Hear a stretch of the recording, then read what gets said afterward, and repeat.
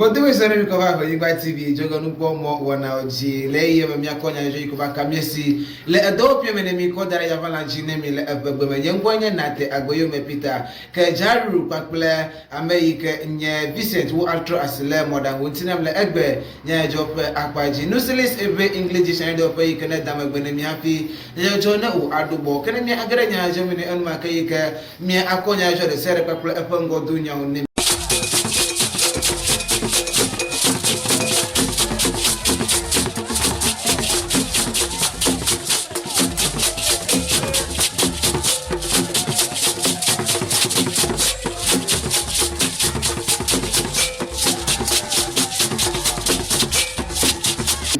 Nyano topo de nyaopa akpaji njoju de jesi be tepapa wana dele eji le Ghana ti kopa akpado yikenye Cape Coast nuto calculate na nuto hena amuga nuto ha krei kemel amo yike unye fisher folks alo topo de lao le nuto wa me eto yikene me yova ya ule takope wombe do pe yikene le topo de nyaoji kom le Ghana ti kome odre be le pejinu Andre Alumaji diwa yo atu topo ako adana le Ghana ti kome place sube la una aguglo achi de eji kanjo yikemi hole Ewenyigba TV Nyadzɔdzɔwo do opinion be nenem pembe yo ikono le ntuama etonyo ma wo dole abloji ike wo jablolo lo wona go me le Ghana tu ko megudu le ike mo de ko blo be enye ne do opie be wo ajigbagba be ye lenkule yu pa ku hwe kwakule dudu nti hafi na yu agere yu pa do wona wo me le Ghana tu ko megudu kede jesi be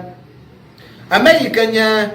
le topo de nyaoji pom le Ghana ti koma ikenya pono hawa maybe school sim enya America de ko globe ehie pataba yo agbuglo alanku de topo de nyaonti le Ghana ti koma gudu tamia ko to bablo lo mere ka do ko chupe nya choro amagu kwakle enya ike wo de ko glo abeze so le topo de la yo akpaji maha ya kenema akwa akparenti ne mia de jesi ba wo fa konyi alagbegbe ko kude ala ike wo yide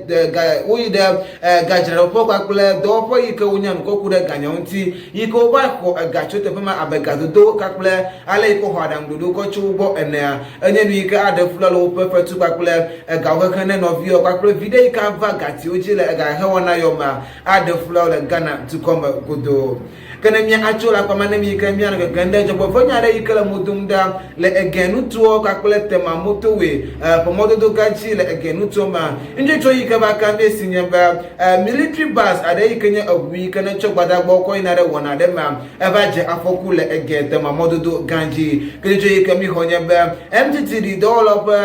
tano pe gan kana le egenu to ma o jagba yika o do amurula to pe yika o jagba ba you attend the awiera le moji alo woto awiera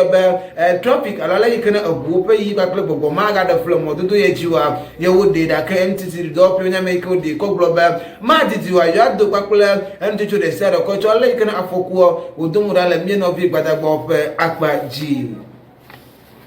kenya bonu kwala na macho apotane mi ke mi anojo bo fonyare ike no mudunda le temanu to menemia njojo de jesi be timber market alo atisi ike na le temanu to gama enye ni ike ajoje eme ike ubi ati kwakple agbaho pekple agbajira pe okata nele asiga yeme kanjo ike mi kokocho Ghana National Prize Certificate do pe ike na le tinya oji pom le Ghana to come gudu yenye be ale ike ajubibi po wona wodo muda ngoma ku ike no yokwa efiebe ejo gomechu amare papa ikana etede atijira siga yemuti le tema nutome kato ale ike yo ike yumuti wo kabagare tefiewa yote na ba yopoto wala do dungo ne yo ka kele ike mo wadua adeje siba le ejobibi pembe play ike no wo ale ike no semwa enye mi ike adefula yo alagba ike mete yumuti pa ejobibi wona oje ike wo bla anu gadola wona yeme kencho deje siba ejobibi pa wona odomoda le minute and for atoma gbeson happy jichido arachi eduye kalenya no awode ko global le asio pakule do po tutu pakwadia no jagba ike wa democracy sube nenye be yo po do pebu bona educhiga alo bona Edwajape nufefie wona do woga na yo aten akpomoni ato letema kakule Ghana du come sia kenya ponu kologe imarga na chimya penya jola egbangeje akwaseru yenye ekie enye nate agboye ma Peter ye enozi monya jo bene mete besare yikamile sibis na me ikatro asenya jonta pi wodo miebo akpene mi le me padeka wo lata